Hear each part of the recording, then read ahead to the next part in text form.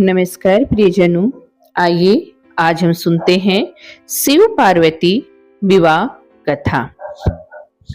माता पार्वती के पिता हिमावन ने श्रेष्ठ मुनियों को आदर पूर्वक बुला लिया और उनसे शुभ दिन, शुभ नक्षत्र और शुभ घड़ी शोध कर वेद की विधि के अनुसार शीघ्र ही लगन निश्चित कराकर लिखवा लिया। फिर हिमावन ने वह लग्न पत्रिका सप्त ऋषियों को दे दी। उन्होंने जाकर वह लग्न पत्रिका ब्रह्मा जी को दी। ब्रह्मा जी ने लग्न पढ़कर सबको सुनाया। यह सुनकर सब मुनि और देवता हर्षित हो गए। आकाश से फूलों की वर्षा होने लगी, बाजे बजने लगे और दसों दिशाओं में मंगल कलश सजा दिए गए। सब देवता अपने अपने वाहन और विमान को सजाने लगे। मंगल सगुन भी होने लगे और अप्सराएं गाने लगी। शिवगण शिव जी का श्रृंगार करने लगे। जटाओं का मुकुट बनाकर उस पर सर्पों का मोर सजाया गया। शिव जी ने सांपों के ही कुंडल और कंगन पहने, शरीर पर विभूति लगाई और वस्त्र की जगह बागंबर लपेट लिया। शिव जी के सुंदर मस्तक पर चंद्रमा, सिर पर गंगा जी, 3 नेत्र, सौंपों का जनेऊ, गले में विष और छाती पर नरमुंडों की माला थी। इस प्रकार उनका वेश अशुभ होने पर भी वे कल्याण के धाम और कृपालु हैं। एक हाथ में त्रिशूल और दूसरे हाथ में डमरू सुशोभित है। शिव जी बैल पर चढ़कर चले, बाजे बज रहे थे। शिव जी को देखकर देव कन्याएं मुस्कुरा रही हैं और कहती हैं कि इस वर के योग कोई वधु संसार में नहीं मिलेगी। विष्णु और ब्रह्मा आदि देवताओं के समूह अपने अपने वाहनों पर चढ़कर बारात में चलने लगे। देवताओं का समाज परम सुंदर था, पर दूल्हे के योग बारात ना थी। तब विष्णु भगवान ने सब दिक्पालों को बुलाकर हंसकर ऐसा कहा कि सब लोग अपने अपने दल समेत अलग अलग होकर चलो। हे भाई, हम लोगों की यह बारात वर के योग नहीं है। क्या प्राय नगर में जाकर हंसी कराओगे? भगवान विष्णु की बात सुनकर देवता मुस्कुराए और वे अपनी अपनी सेना सहित अलग हो गए। महादेव जी यह देखकर मन ही मन मुस्कुराते हैं कि विष्णु भगवान के व्यंग वचन नहीं छूटते। अपने प्यारे विष्णु भगवान के इस अति प्रिय वचनों को सुनकर शिव जी ने भी भृंगी को भेजकर अपने सब गणों को बुला लिया। शिव जी की आज्ञा सुनते ही सब चले आए और उन्होंने शिव शंकर के चरण कमलों में सिर नवाया।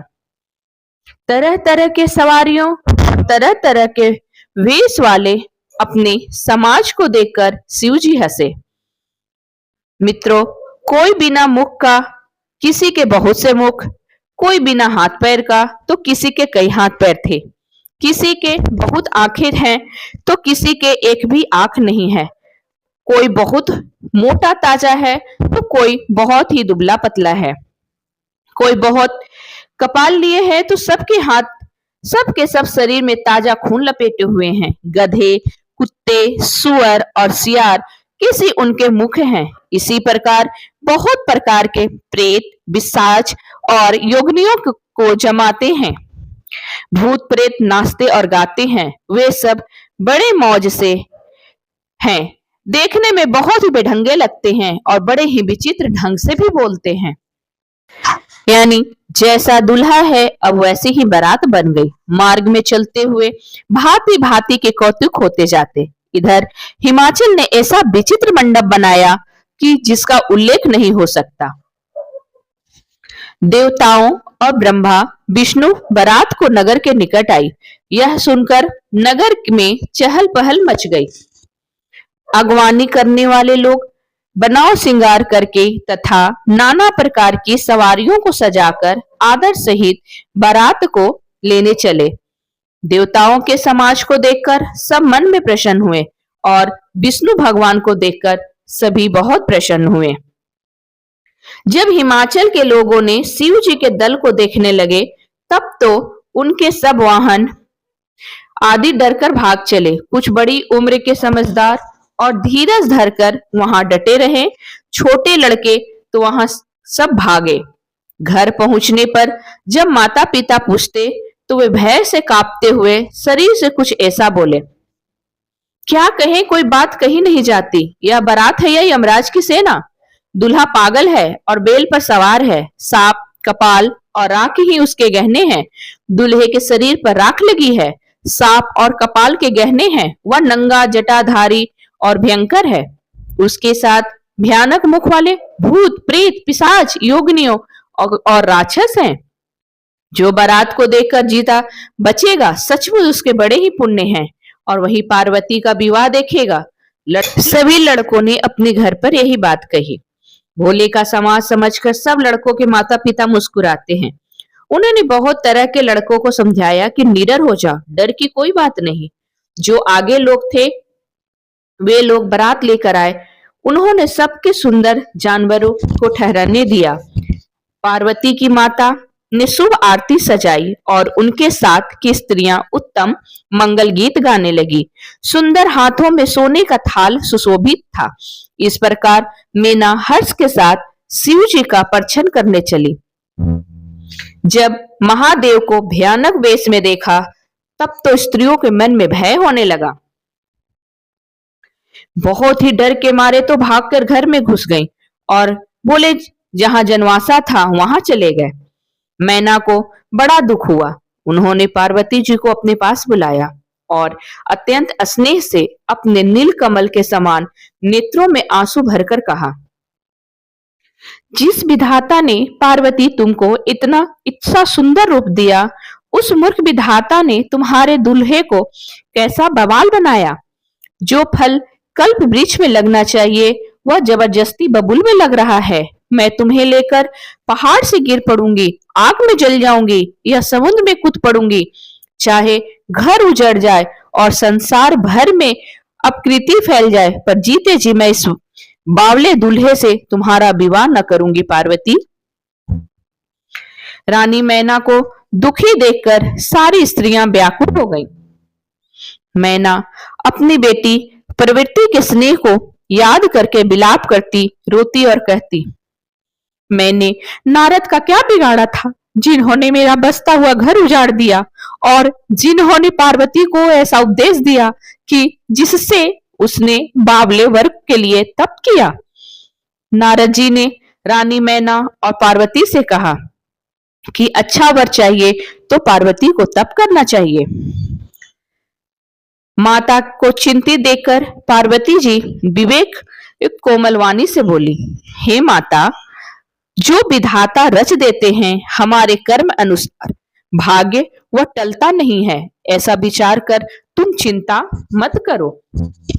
मित्रों, पार्वती जी कहती हैं, जो मेरे कर्म अनुसार भाग में बावला ही पति लिखा है तो किसी और को क्या दोष लगाया जाए। किसी को, हे माता, क्या विधाता के अंग तुमसे मिट सकते हैं? निरर्थक कलंक का टीका मत लो। पार्वती जी के ऐसे विनय भरे कोमल वचन सुनकर सारी स्त्रियां सोच करने लगी और भांति भांति से विधाता को दोष देकर आंखों में आंसू बहाने लगी। इस समाचार को सुनते ही हिम नरेश हिमावन उसी समय नारद जी और सप्त ऋषियों को साथ लेकर रानी मैना के पास गए। तब नारद जी ने पूर्व जन्म की कथा सुनाकर सबको समझाया और कहा कि हे मैना, तुम मेरी सच्ची बात सुनो। तुम्हारी यह लड़की साक्षात जगजननी भवानी है। ये अजन्मा, अनादि और अविनाशनी है। ये वो शक्ति है सदा शिव जी आधे अंग में रहती है। फिर नारद जी ने कहा, हे जगत की उत्पत्ति, पालन और संहार करने वाली है और अपनी इच्छा से ही लीला शरीर धारण करती है। एक बार इन्होंने शिव जी के साथ आते हुए राह में रघुकुल रूपी कमल के सूर्य श्री रामचंद्र जी को देखा।